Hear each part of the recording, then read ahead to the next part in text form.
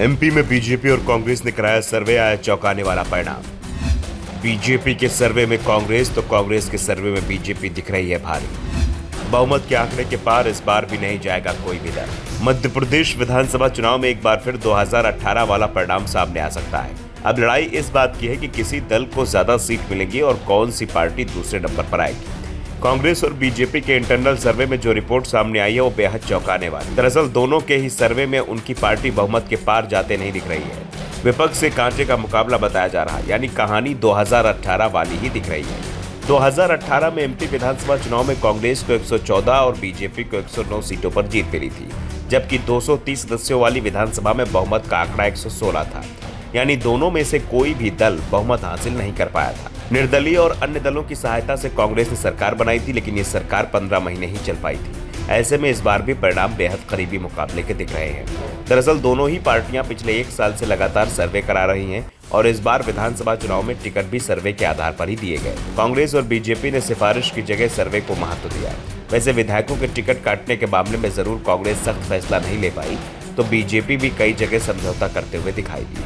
दरअसल बीजेपी के आंतरिक सर्वे में आधे मंत्री चुनाव हारते दिख रहे थे, जबकि सिर्फ एक मंत्री का टिकट काटा गया, बाकी सभी को दे दिए गए।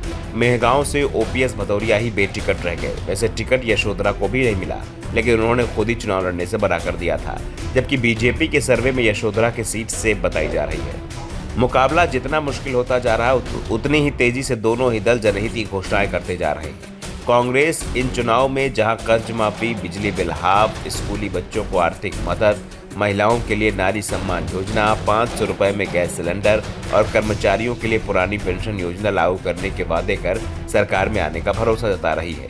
वहीं भाजपा इस बात को लेकर उम्मीद लगाए बैठी है कि उसने महिलाओं के लिए लाडली बहन योजना शुरू की, छात्रों के लिए सीखो और कमाओ योजना अमल में लाई, तो वहीं किसानों के लिए कई योजनाओं को अमली जामा पहनाया। इसके चलते वो सत्ता में बनी रहेगी। बीजेपी नेता सीएम शिवराज सिंह चौहान की सभा में उमड़ रही भीड़ को लेकर भी दावा कर रहे हैं कि जनता इस बार सरकार के खिलाफ वैसा आक्रोश नहीं है जैसा 2018 में दिखाई दे रहा था।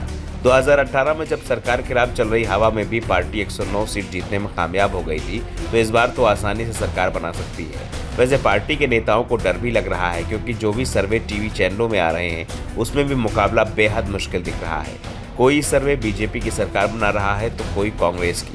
वैसे दोनों ही राजनीतिक दल इस बात का दावा कर रहे हैं कि सत्ता उनके हाथ में आने वाली है, मगर बहुजन समाज पार्टी, समाजवादी पार्टी और आम आदमी पार्टी की सक्रियता ने दोनों ही दलों को मुश्किलों में डाल दिया है, क्योंकि चंबल, ग्वालियर, भिंड और बुंदेलखंड में बसपा व सपा बड़े वोट बैंक में सेंध लगाने की तैयारी में है।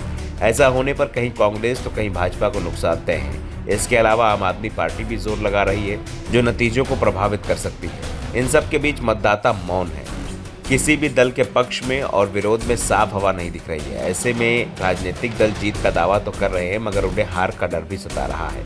साफ है दोनों ही दल के नेता दावा कुछ भी करें, लेकिन वो ये बात तो मानकर चल रहे हैं कि इस बार मुकाबला बेहद कांटे का है और परिणाम किसी भी पक्ष में जा सकता है। Bureau report, the Navdarpan news.